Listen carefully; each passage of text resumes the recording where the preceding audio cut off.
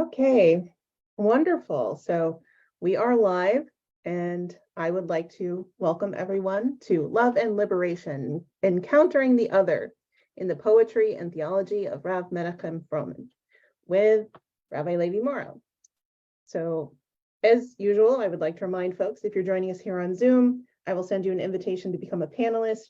If you decline it, I'll eventually get the hint, but I might not know whether or not you just missed the invitation or you're actively choosing not to come in. You won't be obligated to do anything. Nothing will be taken away from you, but you'll be able to share your video with us, which makes for a nice classy vibe to see other people and teach to faces rather than into the ether. But there's something to be said of that too. You'll also be able to mute and unmute yourself when we have time for questions or discussion. Otherwise, everyone's always welcome to use the chat. If you're joining us on Facebook, you can put your questions and comments in the comment section directly below this video, and I will take a peek and bring them over so you can be part of the discussion too. So a little introduction to this class. Truly encountering someone outside ourselves creates a moment of both risk and possibility. In this class, we will explore the ways Rav Menachem Froman describes this encounter in both his poetry and his theology. In doing so, we will delve into the very nature of what it means to be a person and how encountering the other can help us attain liberation for all. So we have a number of offerings that are kind of tied into National Poetry Month at Drisha. This is one of them. Last night, we started another class with Daniel Kraft that you're welcome to join as well if you find this interesting. And hopefully next week, if there's enough interest, Rabbi Morrow, Rabbi Silver, and myself will begin co-teaching a joint workshop looking into the boundaries between prayer and poetry. So if you haven't met Rabbi Morrow before, Levi Morrow is a PhD candidate in modern Jewish thought at the Hebrew University in Jerusalem with a focus on political theology.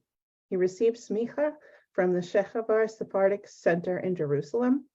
Levi wrote his MA in Jewish philosophy on the post-Kukian theology of Rav Shagar at Tel Aviv University and translated a volume of Derashot from Rav Shagar that is forthcoming from Magid Books, as well as extensive selections from other religious Zionist thinkers and writers, including a small, I guess you'd still call it a book by Rav Froman, who this class is about, called Making Hasidim Laugh. So that's one of the ways that I first learned about Levi. He is a research fellow at the Shalom Hartman Institute, North America, and at the Franz Rosenzweig Minerva Research Center at Hebrew University. Levi teaches medieval and modern Jewish thought at Yeshivat Oraita in Jerusalem, where he and his wife live with their 3 children. If you have learned with Levi before, you might have noticed that that number has gone up since he last taught for us. So Mazel Tov again, and I'd like to thank the baby for giving you pardon to come teach for us for a while. So without further ado, please, Levi. Thank you, Noah, for the lovely introduction. And thank you and Drisha more generally. I've been wanting to teach this class basically since I first started learning from him years ago. I started with the little book you mentioned that I translated along with a friend of mine, Rabbi Ben Greenfield. It was his idea we translate this little book. Didn't grab a copy off the shelf, but we'll see one in a slideshow in a couple of minutes. But we're going to start. What this whole class is basically going to be based off of is the first piece or the third piece in this small little book, and we'll see it in a minute. And that's going to contain, bound up within it, everything we're going to want to talk about, and then we'll flesh that out over the rest of the class. But that was one of the first pieces I encountered from him, and I've been waiting to teach this class since then. So thank you very much. Yeah, that's me.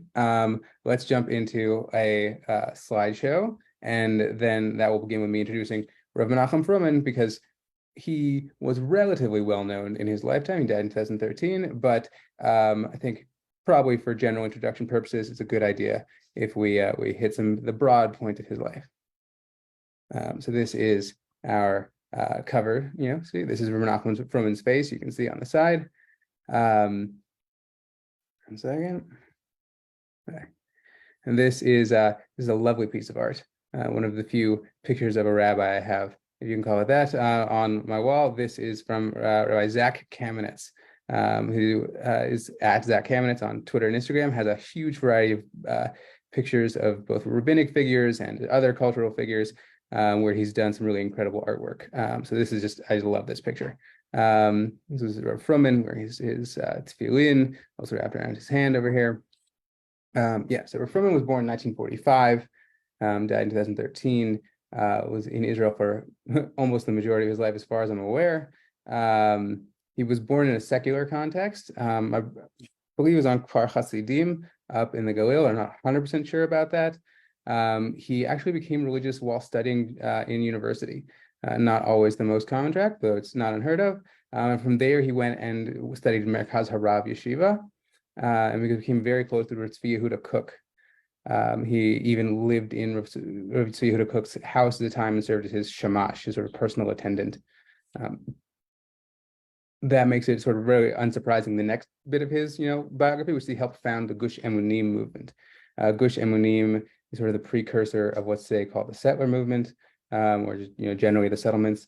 Started in 1974 after the Yom Kippur War.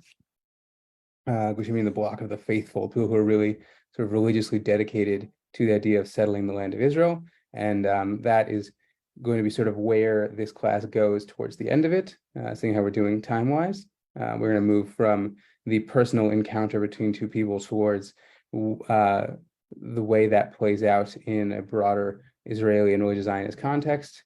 Froman also served as rabbi of the Knesset at one point in time. He taught in many different religious Zionist yeshivot. I should say, I met Froman once in my life, since I helped translate a whole collection of his works. People have asked if I met him, or I met him once when I was first in Israel post high school at the age of 18 or so. I spoke not a single word of Hebrew, and I had to be explained, had to have someone explain to me what the man with the long beard had said, which turned out to be, "Are you old enough for us to count you for a minyan for mincha?"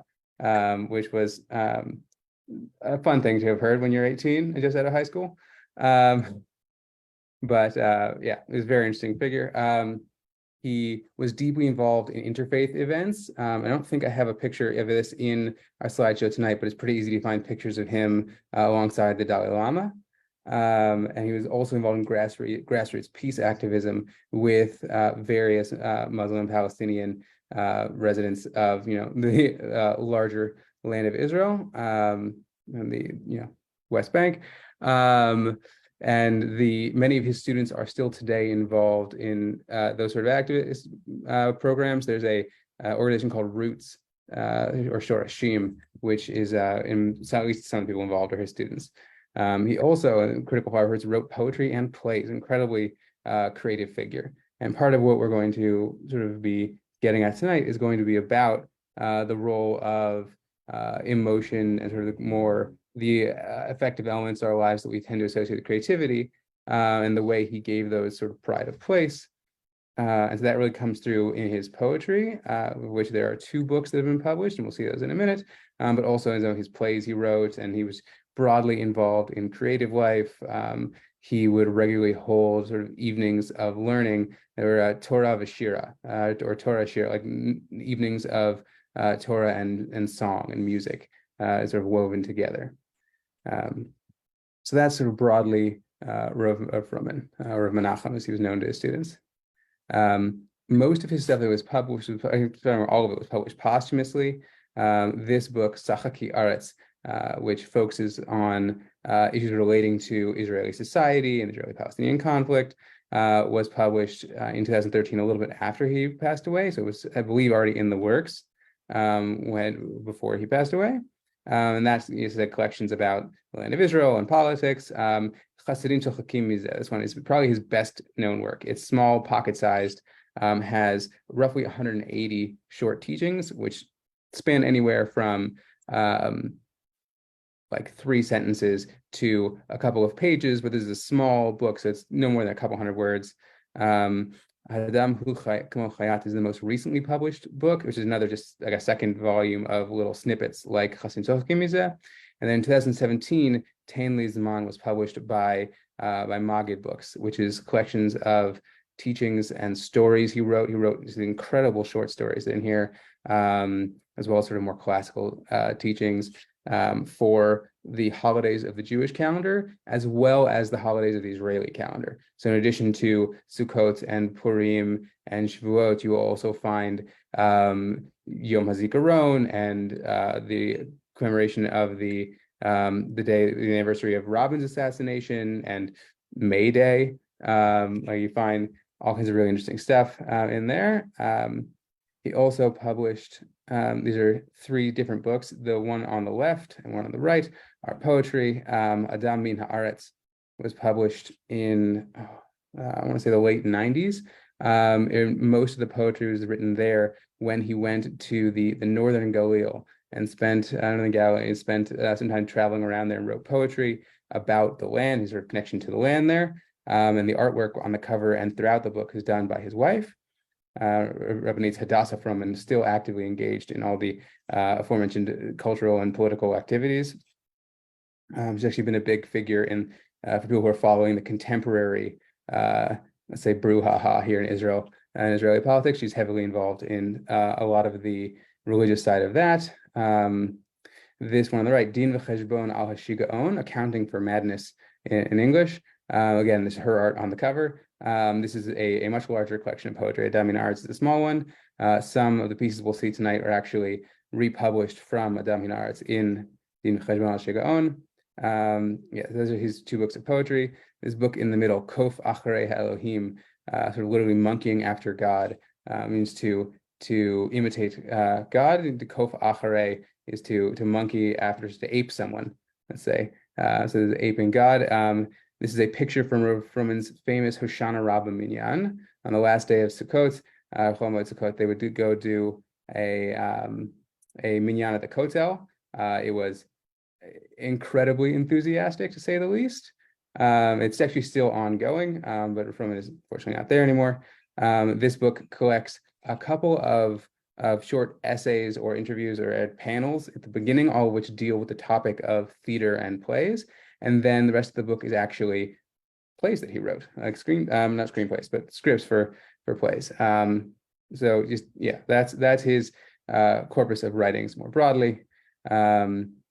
The translation of Chassidim Tzolchakim Mizeh can be found on Facebook. I believe it's just called Making Chassidim Laugh.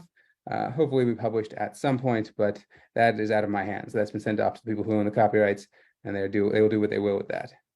So with that, perhaps too lengthy introduction. Freedom and the self.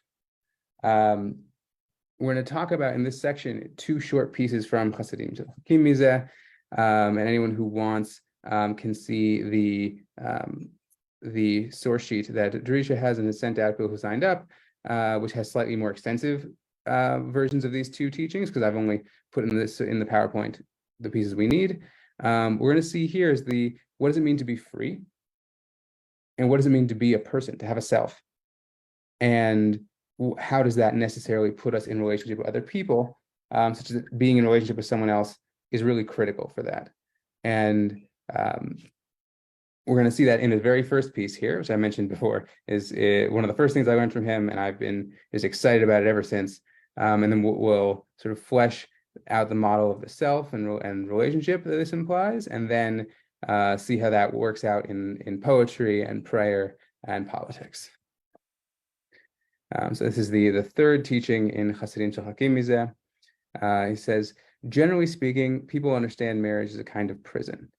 When you're single, you're free, you can do whatever you wish. Marriage means taking responsibility for life. It's a kind of obligation that restricts my freedom. And we're all familiar with this from sort of any depiction of marriage in the media, just about. Marriage is just, you're getting locked down, as it were. However, you can see this too in the exact opposite light. Or someone say you would look at marriage or commitment as actually enabling freedom. And I should note that marriage is just like a huge theme throughout his teachings and writings. We don't need to, it's a whole other class, but that's sort of why he's talking about that here. He determines, the exact opposite way. Yes, the single person has control of his life. He decides, he determines what he'll do today and what he'll do tomorrow. When you marry, you lose control. Any minute, my wife might call and tell me to do something. I don't have control over my life. When I lose control, I am swept into the river of the divine overflow that is this world. and then I'm truly free. And divine overflow is Hashefa Ha'elohi.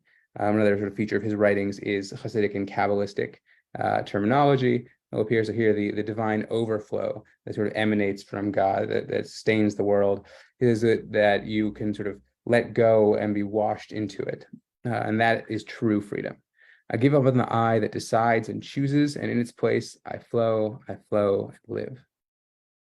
Everyone thinks that being free means being me. But in my life experience, the primary chains holding me back are my internal chains, my self-definitions. When I liberate myself from myself, that's when I'm truly free, which is why it was the way of our teacher, Rabbi Nachman, to never insist on anything. That's a quotation. I don't take a stand on my preferences. I just flow. Right. So this, a couple of lines are really important for thinking out what he means here, what he wants getting at, why he thinks this is a compelling model of freedom. Right. He says, my primary chains holding me back are my internal chains, my self-definitions, that true freedom is to liberate yourself from yourself. Or that we have certain ways we think of ourselves and certain ways we want to be. And on one hand, that might be great. But if there's more to us than, as he puts it here, the I that decides and chooses, then the question is, how does that other part of ourselves also become free? Right? If who we are is, for lack of a better term, rational consumers, like people who can choose what they want and acquire it and go after it, then great. That's what it means to be free, is to have the ability to choose to get what you want. But if who we are is something much more complex, that is not just about rationality and choice, and it is also about emotions, and as we'll see in a second, even about things that are sort of opaque to us, that we don't always, or in fact, you might say, are frequently incapable of fully understanding ourselves. And the question is, how do we achieve freedom for a whole self that we ourselves can't fully, access in order to make decisions for, right? How do we unleash the part of ourself that exceeds our own sort of awareness of it? And if this is starting to sound a little bit Freudian to anyone, that is not an accident. This is piece 166 from Chasidim Tzochakim Mizeh. He said, Freud and the Zohar say essentially the same thing. In this piece too, there is from a somewhat longer piece, the full piece of which is the full extent of which is in the source sheet. But this ellipses in the middle is not because I cut something out. This is actually sort of straight through. The Chasidim Tzochakim Mizeh texts are transcriptions from his classes on the Zohar. So this is either where the editor decided to cut something out or where he just sort of trailed off in the middle of a sentence in the transcription. So the Freud and the Zohar say essentially the same thing. They share a fundamental sense that the foundation of everything is hidden, unrevealed, concealed, right? And so the thing that Freud is sort of best known for in popular culture is the idea of the unconscious, that we have sort of unconscious desires or drives. Froman was not the kind of person who we should try and go, what version of Freud he's working with here. He's working with the idea that there's who we are is built on a concealed basis, right? One other text in Hasidim Tzochakim Mizeh, he says, we make the bracha in the morning brachot every morning, Rokah haaretz al hamayim, that God sort of firms the water and the land upon the water. That the meaning behind that bracha is we give thanks that God allows us to like forget the unstable elements of ourself and pretend that we exist in a solid way. But he says here, the primary aspect of a person, the primary aspect, what motivates them is his unconscious. The primary aspect of the world is the concealed light. And this is, again, Kabbalistic terminology. As opposed to the revealed light originating in the sun and created on the fourth day, this is the light of the first day, which was concealed, like the foundations of a building covered with soil, like silver hidden beneath floor tiles. A person's task is to uncover these foundations and interact with them. For Freud, this happens on the psychologist's couch. For the Zohar, this happens when a righteous person gets up at midnight when there's no sun, and they lay concealed light bare into the darkness by studying the hidden Torah. And he says that the learning Torah at night is a strong Kabbalistic motif, and particularly in the Zohar. And in fact, most of the classes from which Chasidim Tzochakim Mizeh was taken was Zohar classes. But the idea, he elsewhere in this piece connects it again to the idea of marriage, the idea of dedication to something outside yourself, right? Like getting up in the middle of the night, sort of forcing yourself to get up and engage with this, even when you're not sort of fully conscious. In fact, maybe especially when you're not sort of in the most aware state of mind, is a moment when you can interact with the aspects of yourself that are not fully rational, not fully intentional, that you can, get in touch with your emotions more, get in touch with your unconscious. And that's what is set free in the encounter with the other, right? So just to return to that idea that when you're married to someone, when you're deeply committed to someone, when you have someone who comes from, this is outside yourself, right? There's someone other than you, they can make a demand of you, right? They demand at the very least sort of like basic respect in human dignity. They might make demands on your time, right? So in the previous piece, he says, any minute my wife might call and tell me to do something, right? That you are bound to respond to someone. I always say that like the best example of this is not even a relationship with another, adult. It's when you have a child who you really do owe things to, and who often is fully incapable of explaining themselves to you and why they're not listening or why they're demanding something. That caring for a child is perhaps the greatest experience of loving something other than yourself, purely because it can often be totally alienating and inexplicable to yourself, and make demands of you that enable you to or that force you to get outside your own thought of what the way things should be, that you get to get outside the sense that you're in charge of your life anymore, and you get to make full decision, have full carte blanche over the way things should work. And he says, in that moment, when you recognize you don't have full carte blanche, that you also realize that over yourself, that you, in responding to this person, rules are freer in a fuller sense than if you're just making conscious decisions. So those are kind of dense ideas. That's the basic conceptual understanding that's going to set the stage for looking at a couple of Froman's poems and then some more teachings. Does anyone have any? I'm stop with any questions so far. Just see how we're doing.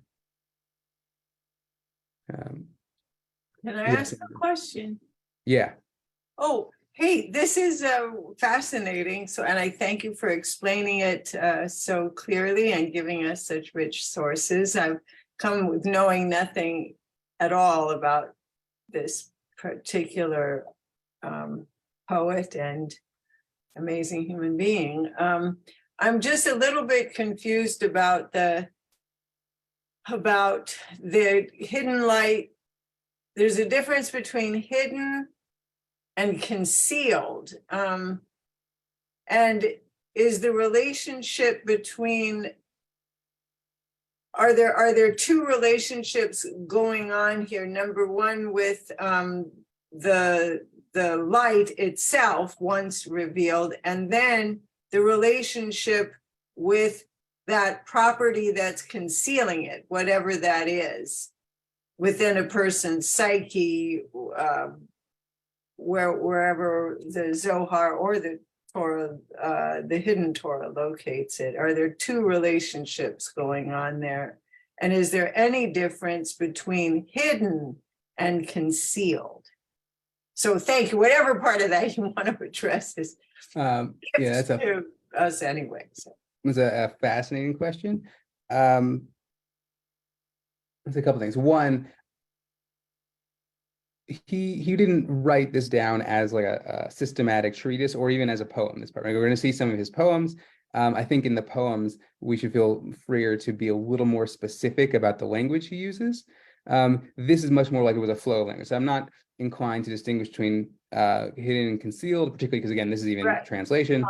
The question about the two relations to that which is hidden and that which is doing the hiding, if I've understood you correctly. Yes. Is a fascinating one.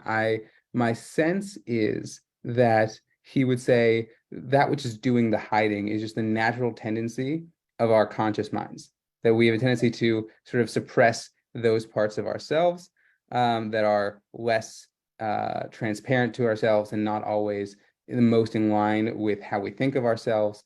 And he has another short piece in Chasim Sochakim Mizeh where he's talking about faith and ideology in general, and he critiques.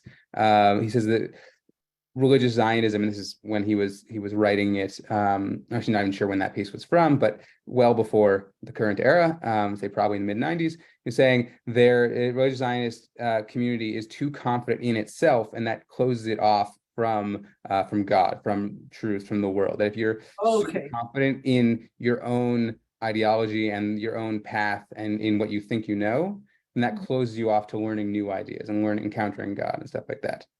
So I think the hiding and suppressive tendency is innate for him, and he wants us to get past that to whatever could be beyond it. Oh, great. Thanks, Rabbi. No problem. I think I saw something in the chat.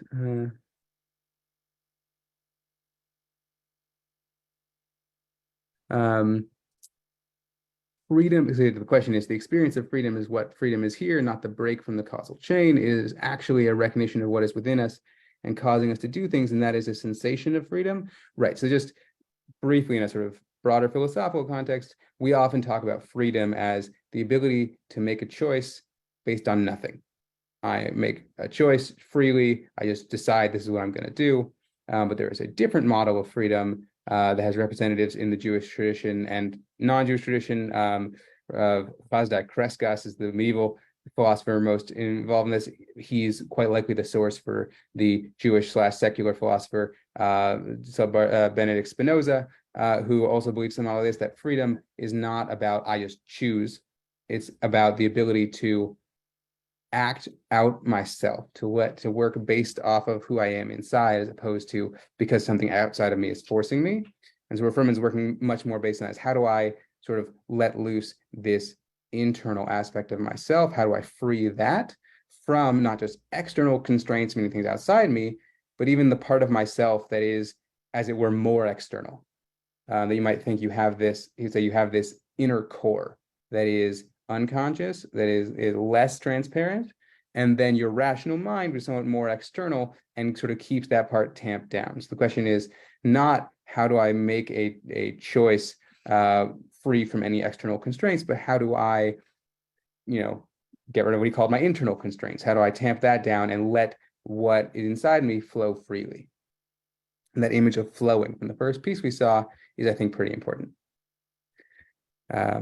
So with that said, let's go back to the PowerPoint. This is a picture of him davening. We're going to talk a little bit about tefillah. We're going to look at two poems. Right, so this is a poem called Hakdama Gam L'Tefillah, translated roughly as an introduction for prayer as well. We'll see why as well in just a second. He quotes or paraphrases a Gemara from Shabbat. And for this part, I'm just going to read the English. Once a non-Jew came before Hillel and asked to be taught the entire Torah on one foot. He told him the general principle, love your fellow as yourself, right? So the non-Jew comes to Hillel and says, teach me the Torah on 1 foot. And he says, I'm going to give you a 1 foot answer for what is Torah as a whole. It's love your fellow as yourself. That somehow all of Torah can be summed up as loving your fellow, or perhaps that because the way sort of the story goes, it ends with the Hillel saying, well, then go and learn. Like it continues. So this may just be that like the introduction to Torah is love your fellow as yourself, or and he's saying Haftama Gam L'Tefillah. This is an introduction not just to Torah, but also to tefillah. The phrase "love your fellow as yourself" is a introduction to tefillah, or perhaps even a summing up of what it is to daven, to pray. People who are interested can go look up the original source. It's a little bit different, but not significantly. He's just sort of paraphrasing it. I want to read now his poem in the Hebrew in my English translation. My English translation is not perfect. That's the nature of translating poetry, is that you always have to sacrifice something because there's too much happening that is simply impossible to capture in a different language. So I'm going to read the Hebrew and take what you like about my English, and if you have other corrections, I probably agree with them. Okay, so ha'acher hu hagehinom sheli. זה הדבר היחיד שלי הוא פשוט וברור כל כך, שאין לי מה לפרש או להוסיף עליו דבר, שהאחר הוא גם המקלט היחיד מן הגיהינום שלי. The other is my hell. This is the only thing that to me is simple and so clear that I don't need to explain or add to it, that the other is also my only refuge from this hell of mine. And he's working here off Jean-Paul Sartre, the French existentialist, who wrote in one of his plays that the hell is other people. So the acher hu hagehinom sheli, the other is my hell, seems to be a sort of clear reference to that. And notably, he references Jean-Paul Sartre in the elsewhere in Chassidim Tzochakim Mizeh. There's another Kabbalistic symbol or term is the Sitra Achra, the mystical other side. And he says he likes to refer to Jean-Paul Sartre as Jean-Paul Sitra Achra. So he's clearly familiar with Sartre. And here he's working off Sartre. He says the other is my hell, right? Sartre's idea was the other sort of imposes upon me from the outside their assumptions about who I am, their understanding of me, what they think about me. And I get sort of frozen. That instead of being this free being capable of deciding who I am and what I want to be, I feel stuck in their perception of me, right? So that's where you start. The other is my hell. But he ends up at, the other is also my only refuge from this hell of mine, from the way that I myself am paralyzing to myself, that I get stuck in myself, and only in encountering something outside myself, can I be free from that. And two things happen here. He's both attempting to characterize what it means to encounter someone outside ourselves and what it means to pray. So for him, this moment of prayer is both an encounter with, this moment of prayer is an encounter with something outside myself, and it has to be understood through this understanding of encountering another person, right? So as we've said in the previous section, to encounter another person is to have a moment where something forces you to respond to it. Something makes a demand of you, even as simple as respond to me, as work not on your own timetable. Something that pulls you outside of your own sense of the way things should work and how things should be working and how you want them to work. And so that is what it means to encounter someone else. And therefore for Froman, also part of what it means to pray. That to pray means to take a moment to set aside your own sensibilities about the way things should work. That it means to sort of make the unconscious or less transparent parts of yourselves, to surface them, to try and let them be present in a moment where you are getting outside of your own priorities. And he says that's why he says it's a moment where I have nothing to explain or add to it. That it's not about my own sort of intellectual interpretation. It's not about my contribution. It's about the sort of moment of, to repeat myself a little bit too much, it's about responding to something outside myself in a way that sets aside the surface layer of rational choosing and allows the deeper parts of yourself to emerge. And that's, again, it means to encounter someone else in life in general, and then also, like, that is what it means to love your fellow as yourself. We'll see in a second, there's that idea of your fellow as yourself, that the mirroring there is not incidental, and you bring that also into tefillah. Because this is a poem, I'll take actually questions now if there are any before moving on to the next one. Anyone have anything they'd like to clarify or ask about?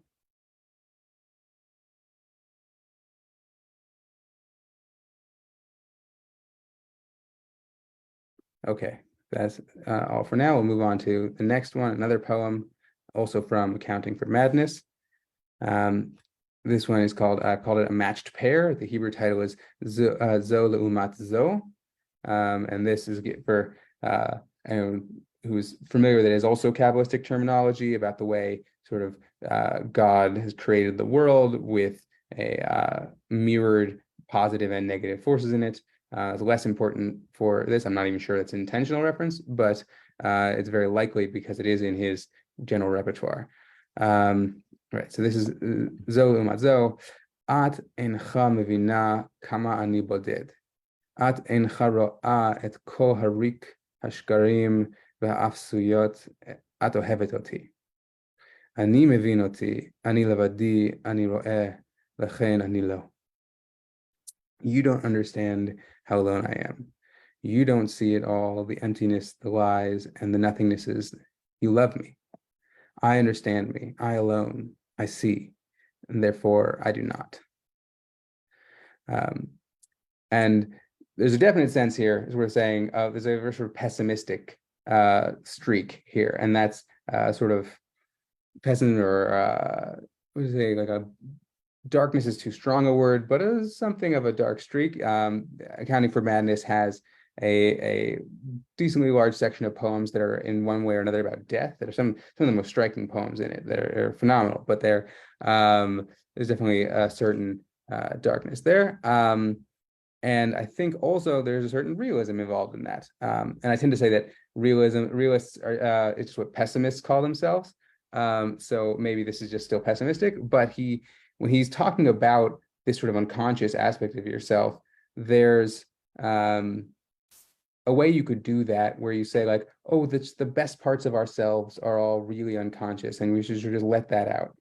And he's doing that a little bit, but he's also aware that like what it means to say that we're not just purely rational choosers, and that we say that our emotions are a really important part of it. Like our emotions aren't always great. Depression is a real thing. Sadness is a real thing. Anger is a real thing. Senses of emptiness is a real thing. Recognizing that your own self-perception is not necessarily accurate. This creates this sense of, he says, shkarim, of the lies within you. Like those aren't great, all positive things. And they are things that you have to confront once you start working with the sense of the model of the self. And he says, I can kind of get stuck in that, right? When that is how you think of yourself, you can feel kind of stuck, right? As he ends here, I understand myself and therefore I cannot love myself. That to love someone and to be loved by someone is to be able to cross that bridge between two people and sort of pull them out of all the things they know about themselves. That because we're dealing with a model of the self as opaque and as you can't be fully aware, then even everything he's saying about himself here, you have to take as partial. That you can't fully understand yourself, even when you're saying you don't fully understand yourself. That you need someone outside you to help you sort of get outside even your own sense of, I'm this person who's full of unconscious emotions and who just needs to break free of rational restraints or something like that. Like that itself is a self-perception. It's the internal restraints he was talking about before. And that encountering another person, a moment of love, is a moment where you love someone, recognizing you don't know them entirely, and you attempt to engage with them and be in a relationship with them. And that is something quite redemptive for them, because they, can't love themselves fully. They can't know themselves fully. And they know they can't know themselves fully, whereas you from the outside don't see all of that. You aren't part of their internal monologue. You just know what you know of them from the outside, and you're capable of encountering them and engaging with them and loving with them as you experience them without having to worry about sort of all of that. Right? And that's why in the previous poem, we said, the other is also my only refuge. That because he has the sense of the sort of internal turmoil that exists, the person who can also help you for at least a time escape this internal turmoil, that you can sort of flow with them as opposed to being stuck in your own internal dynamics, is something quite almost redemptive about that. This is the end of the prayer in the other section. So does anyone have thoughts, questions on this? Anything you want to expand upon? I was thinking, especially after the second poem, about the kind of gross theological implications that could stem from this. We talk about loving God, and I know one thing that really made me attached to Drisha was listening to Rabbi Silber teach, and his willingness to criticize certain, forefathers in the Torah who folks in other communities, like, they always try to like come up with apologetics, like, oh, well, it really wasn't bad that Abraham, pushed, Sarah into such and such situation because XYZ, and here's a midrash that justifies it. And I think that as humans, like, we maybe have to have a certain amount of that in order to love God, because we live in this world, and we are aware of what's happening in the world and what has happened in the world. And if there's a God at the foundation of all of it, one might have questions, but not knowing is helpful in loving God sometimes, I think. But that's just it. Yeah, I'm done. Yeah, that's interesting, and I think like you end up on very speculative theological grounds, to say the least. But I think once we say that the model of loving another person involves these sort of questions about how much you can know about them and how much they can know about themselves, then like when we use that as a metaphor for talking about God, it's strange to leave out that part, right? That like, oh, we say love is complicated, but when we love God, it's simple. Like that would be strange. But so yeah, it's a very good point. Anyone else? I would just question one word in the translation. In the last line, Lachen ani lo, I would translate that therefore I am not, as opposed to do not. In other words, the moment you think you understand yourself, ani mevinuti, ani levadi, ani roeh, then you're not.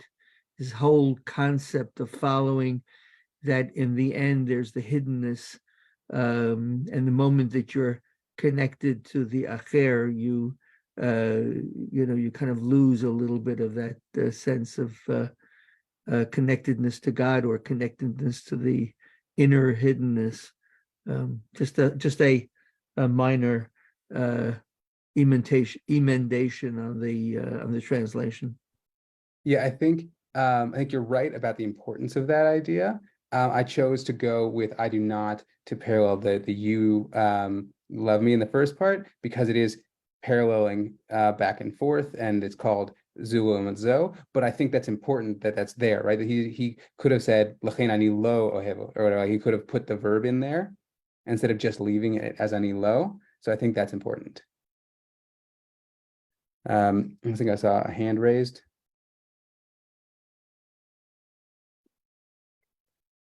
If nobody else has anything, I was going to say, I liked the parallel, the at ohevdoti, ani mevinoti, right? And so you love me, but I understand me. But then as soon as I say I understand me, immediately I'm alone, right? And I see, but what do I see? If I'm alone, I'm looking out into like nothingness. And so now all of a sudden I am nothing, because I liked your ani lo. That's I also saw that. I agree. Sorry.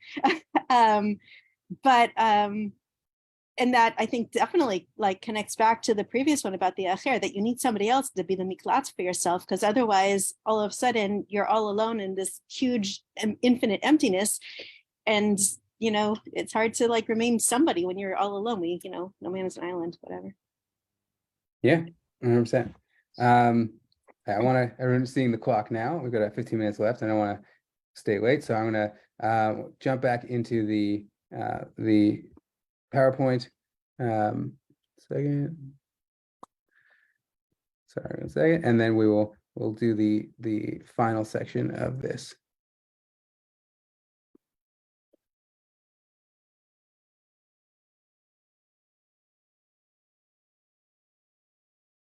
Okay. The last section we're going to talk about, and we're not going to do all the pieces in here because there are too many, and we don't have time. But this is Rav Froman and Sheikh Ibrahim, who he was closer friends with. He's known for his friendship with various Israeli Arab and Palestinian Arab figures. There can sometimes be controversy about what it means that he had these friendships or ongoing relationships with them. So one of the people he was endowed with was Yasser Arafat, another person whose name I've forgotten, but I translated an essay by a student of Rav Froman named Rav Shlomo Spivak that can be found on the Layer House website about Rav Froman, where he talks there about one of his relationships with some Arab leader, and the editor wanted it to be marked down that he was friends with this person, and Rav Spivak insisted no, he was not friends. In fact, he celebrated when the person died. So what that means is complicated. But he also, in another piece in Chassidim Tzochakim Mizeh, talks about how he used to go learn more Nevuchim with the defense minister of Hamas in Gaza, and how he procured an Arabic copy for that man, and lamented that Israel's defense ministers don't learn more Nevuchim. So he was, this goes down to his grassroots peace activism. And we're going to see this comes down to the same model of the self and the way it structures our relationships with other people. We have the subtitle for this actually in praise of primitivity. Primitive being a word we tend to associate with people from civilization looking at people without civilization. Right? That's where the word sort of emerges from. For Rav Froman, it's going to become a word of praise, right? And so we're going to get to the point where he's using that as that's something we should actively seek out, is the primitive within ourselves and the way that can help us engage with the primitive in other people. In some part, he's reappropriating that from people who would still use it negatively. He's going to say that like he identifies as part of religious Zionism, the religious Zionist community, which nowadays is much more part of the Israeli mainstream, but for a lot of his life really was not. We're considered like primitive people by a mainstream secular part of Israeli society. And so we're not going to see all the pieces here, but he wants to say that like there's something very special that primitive people have to contribute in general, and then specifically in terms of peace. And yeah, we will get there. But before we do that, we'll look at first a short poem and then one or two theological pieces on the way that sort of quest for primitivity should actually structure our relationship with the land. And so this is another poem from Accounting for Madness that was first published in Man from the Land, Adam Min Haaretz, and the version in Adam Min Haaretz has a little line that is added that says this is based on the beginning of Masechet Kiddushin, right? On the beginning of the tractate of Kiddushin. Does not clarify if he means Gemara or Mishnah, but you'll see the relevance. I think if not, we'll explain it. He says Shirat Adama, the song of the soil. Im be'emet oti tohav, madua bidvekut kazot אתה אוחז, בשטר הכסף המעוור עיניך, ונסתרה ממך הדרך לבוא אליי. If it is really me that you love, why are you so attached to the financial contract that blinds your eyes and conceals from you the road that leads to me? Right, short, sweet. The song of the soil, the song sung by the land of Israel, and not the land as in the geography and the territory, but the land as in the very material dirt, the substance of the land itself, sings and says to Froman, to the religious Zionists, if it is me that you love, why are you so worried about the contract or the deed, right? Just find me.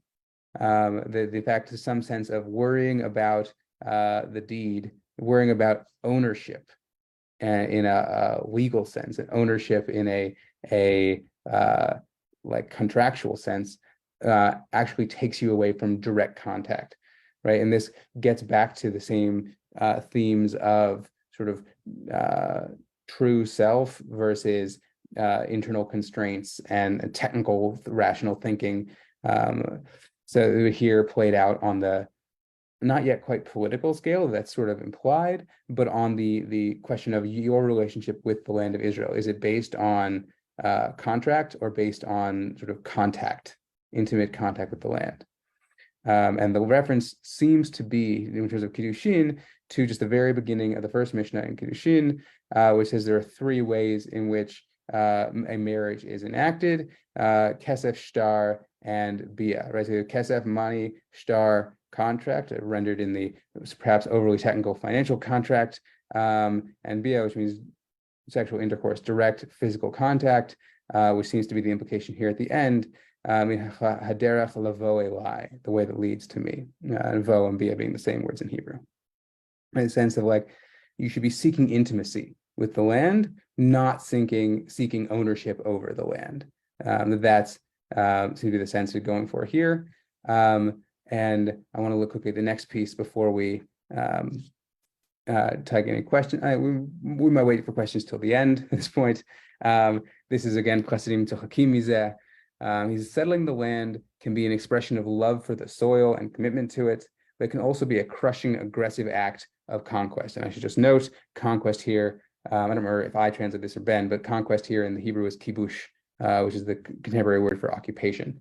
So as Zionists, we sang, "We'll dress you in the gown of concrete and cement." Are the asphalt roads and concrete buildings how a lover clothes his beloved in a beautiful garment, or are they a prison outfit for the soil? I remember one of the first marches that Gush Emanim organized for the Shomron after the Six-Day War. They presented a display with a vision for the future of the Shomron, highways full of cars because of how many settlers there are. I stood there with my friend, Professor Yehuda Leibus, who was a big Zohar scholar, and he said to me, "Have we gone mad? Is this what we want, to replace a narrow, beautiful road between these hills with a fast road that will block the view?" It's not always easy to distinguish between loving the land and strangling it. Right? So the question is going to be like, is our love of the land going to lead to us basically totally divorcing ourselves from the land, living in complex cities and having massive highways? And there's a degree to which this is, to use the word we're going to see, him primitivist, right? That he's actually almost sort of anti-urban here, and that is, to me at least, somewhat sort of foreign. I like living in a city. I have a less romantic sense about the countryside, but in the sense of, are we here trying to live in the land versus trying to impose ourselves and our civilization on the land? And which side of that do we fall on is one I think is very powerful. We're going to skip this next piece. Actually, I'm going to summarize this quickly outside because it's a phenomenal drasha. He refers back to the story of the spies, where the spies refer to the land and devouring its inhabitants. And he says, yes, that's actually the point. He says that when you come to the land of Israel, you should worry less about the land, about your environment affecting you, that outside the land of Israel, Jews have to work hard not to be affected by their environment. And when you come to the land, you can just chill out and let the land sort of swallow you up a little bit. And this, again, I'll summarize outside. This is a piece from Tain Lizman on the holidays, put out in Magid, from a drasha for Pesach. And he talks about the Maharal's idea that what makes matzah lechem oni, a bread of impoverishment, is that it is simple and unsophisticated and uncomplex, and that there's a simplicity to it that has removed all of the external technicalities and things. And that's what real freedom is for the Maharal. And Froman gets back to that as well. And he says, actually, if you look at study of comparative religion, they say that religion, one of the things it does is it preserves the primitive. Matzah is a primitive bread, sukkah is a primitive house, shofar is a primitive musical instrument. And here at the end, he says, perhaps the most essential part of Judaism is its primitive aspect, where a rich, sophisticated person connects to the basic primitive part of his personality, that the engaging with rituals that preserve something from ages gone past is a way of accessing a part of ourselves that is not the purely rational and technical. Okay, so this is more to the point, and this might be the second to last text we will look at tonight, I think. This is from Sachaki Aretz. And there's numerous places in Sachaki Aretz where he invokes questions of primitivity. And here he's going to do it in context of the idea of relating, like how Israelis and Palestinians could come together. Because generally speaking, the left, the Israeli left, represents a modern and Western way of thinking, while the greater land of Israel, people who believe in Eretz Yisrael HaShlema in Hebrew, represents a traditional and primitive line of thought. right? And you can see here, people use primitive in a negative way, and he's going to try and trans-evaluate that and to make it into a good thing. This is why leftists look down on partisans of the greater land of Israel. This is why Western countries accepted the left's peace plan. This is written in 1996. He's talking about the Oslo Accords. However, as a primitive religious Jew connected to the soil of the land which God gave to his fathers, I can testify. This is also why the connection between the greater land of Israel partisans and the Palestinians has so much potential. It's exactly the question of like primitivity that it makes it, he sees potential for a great relationship between DACA, the people who believe in the greater land of Israel, and Palestinians. They too, the Palestinians as well, are generally religious, or at least very connected to tradition, people, and soil. The only thing disrupting this connection is xenophobia. Primitive people generally express their connection to their people through hating the other people, and certainly through hating the son of the people who makes war against them, right? Normally we express identity as part of a group by hating the other group, certainly if there's the children of that group are fighting against us. So it is for the Palestinians, and so it is for our Jews, right? We are in fact mirroring them in this way. Many of the greater land of Israel partisans, particularly given our current cultural climate, when they feel attacked and denigrated by the left, protect themselves with a thick layer of stubbornness and isolation. Right? So actually, we react very much the same as Palestinians. We believe in the same sort of things, we act in the same sort of way, and it's the same basic sense of who we are as part of a group with a place we live that we connect to, that actually is something we share on a fundamental level. He says that we actually have much more in common with them than with the secular leftists in Tel Aviv or in Ramallah. Like he used to say the reason Oslo didn't work is that because it was just a peace deal being made by secular people in Tel Aviv with secular people in Ramallah, and ignored all of the sort of religious people in between. A little later in the book, he says someone who defines themselves as connected on a fundamental level to the soil could be called primitive. We could also claim that someone who lives in a sumud relationship to the land is not free. And sumud here is an Arabic word that emerged into Palestinian America after the 6-Day War to mean someone who takes a stand and stands steadfast and firm for their land. You can say that such a person is not free, just as a tree does not move easily from place to place. If we want to find ways to make peace with such a person, we must recognize and respect his self-definition.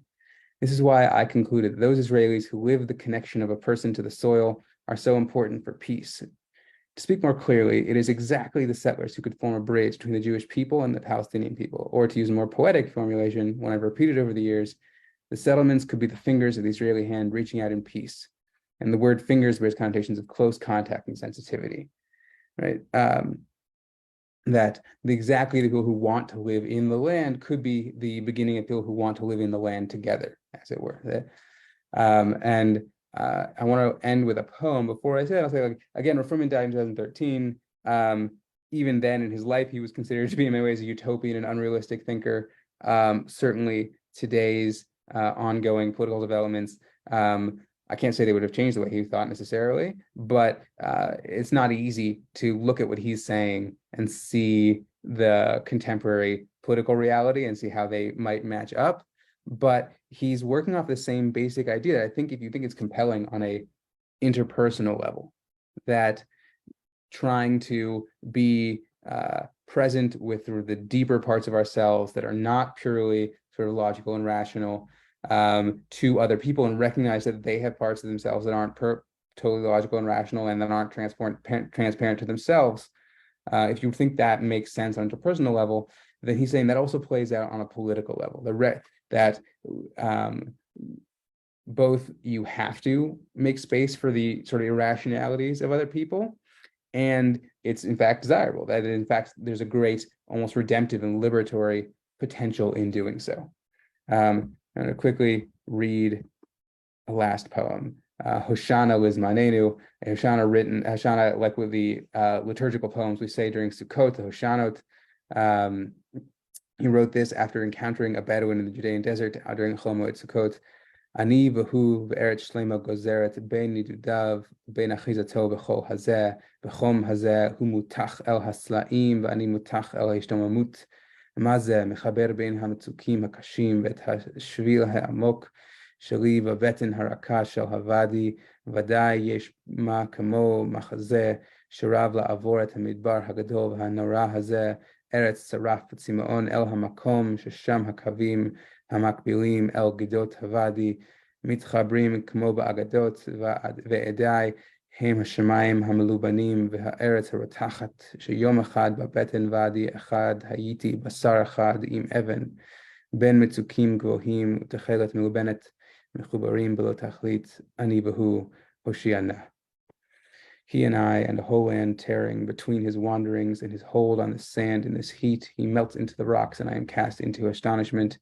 What is this connecting the hard cliffs and the deep path of mine through the belly of the wadi?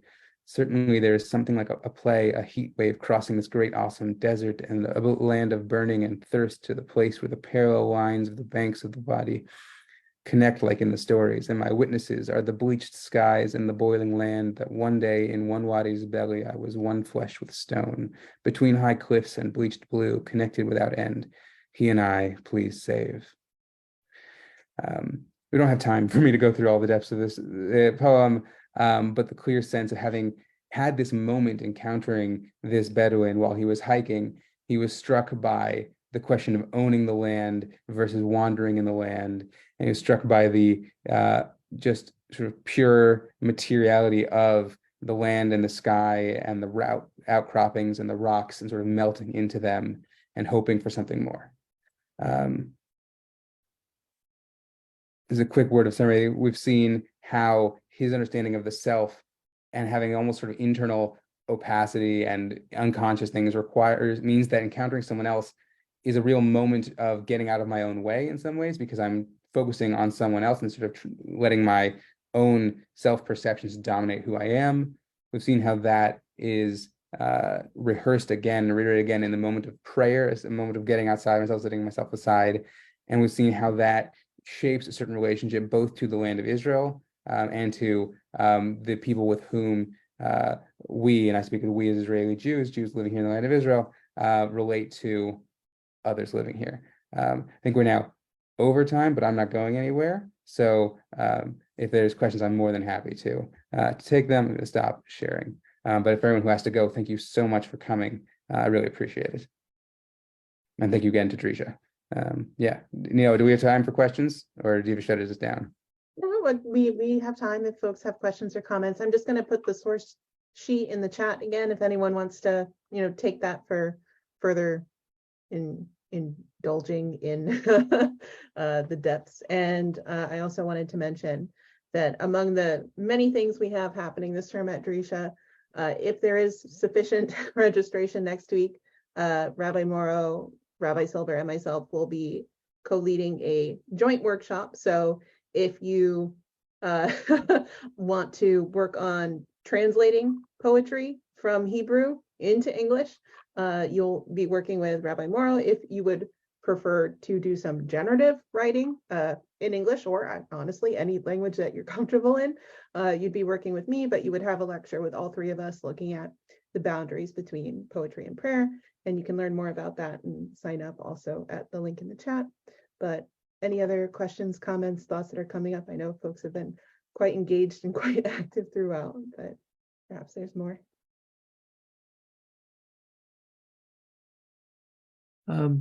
Is there any allusion in the Acher to the Acher of Elisha ben Avuya?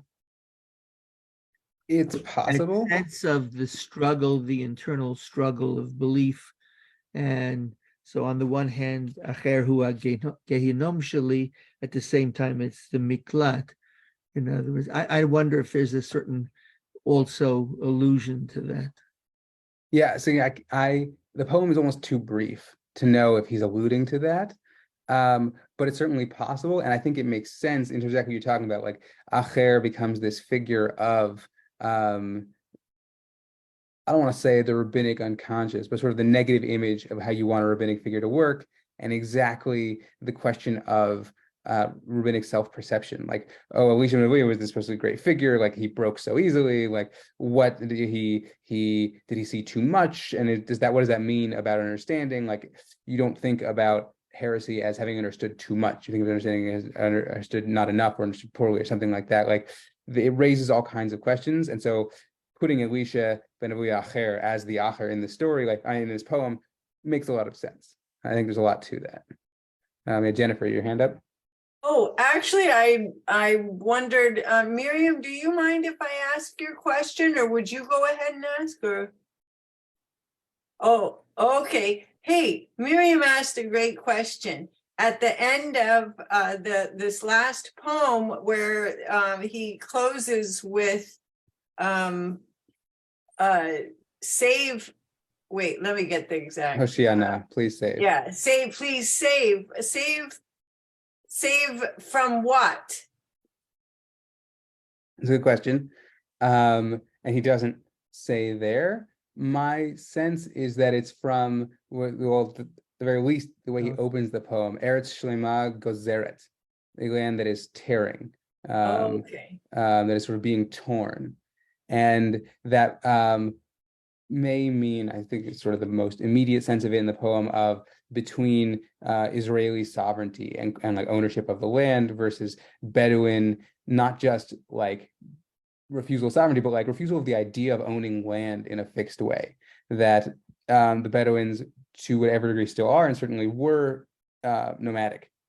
And it's an entirely different relationship to land, much more like what he was talking about in some of the other pieces of feeling at home in the land, as opposed to feeling ownership over the land. But the way, generally speaking, the way that the land of Israel has become a site of contestation and ownership that tears it into bits. And in one of the pieces we didn't look at, again, it's in the source sheet, from Tainli Zman, he talks about the idea that if we stop trying to work based on sort of rational technical ownership and things, you might envision other ways of living in the land, such that he says the solution might not be Palestinian Authority withdrawing from some space and Israeli Authority withdrawing from other space to create two states, but actually the two groups expanding and merging and talking about some sort of federation, a binational federation. You'll find his students and others talking about that today. That sort of idea that actually it's not about each of us pulling until we've pulled the whole land apart, so much as each of us relaxing and melting into the land and making space for each other while living in amongst each other, something like that. So in other words, with Miriam's question of literally, what are we praying to be saved from, was the act, So I think from that contestation, from that the situation where we feel like we have to be fighting with other people over the land. I mean, I'm a little confused because it's not necessarily the pshat of the words, right? Because the Eretz Shlema Gozeret bein nidudav levein achizato, right? So it's being torn between his, I think you said wanderings, and his grip on the sand, which is not something you can grip. But I'm not sure, it's between his and his. I'm not sure that we come into it. I'm not sure who, if it's meant to be both, like the same referent for both of those hymns, or his wanderings and his hold. It does go from him and then back to I, but I remember I was reading this and wondering, is this supposed to be his wanderings and my holding? The sense of melting away, that he melts into the rocks and I'm cast into astonishment, but then later, because one day in the wadi's belly, I was one with flesh with stone. Like, it's not clear to me the sense of identity throughout the poem. But I'll say also, yeah, I'm not entirely certain what the specific reference of the please save us is, the please save. Like, the most immediate thing that makes sense to me is that the tearing of the land, between wandering and possession, whether you say it's the one Bedouin's wandering possession, which I don't know what that would mean, or if it is through these two different methods of ownership, or like I don't have a very specific concrete answer to the question of what's that going for, except that it means something like this general problem he was dealing with. I think it's also a play on the actual tefillah in Hoshanot, which is Ani Vaho Hoshiana, referring to God. And here the play is It's not me and God, ani vaho, or like v'anvehu. It's ani vehu Hoshiana. It's that connection on a very basic primitive level. It's not, which is, and it's a very interesting play on the Hoshanas, where we say Hoshiana to God, we pray for Hoshiana, and he's saying our salvation is in our relationship with the Bedouin.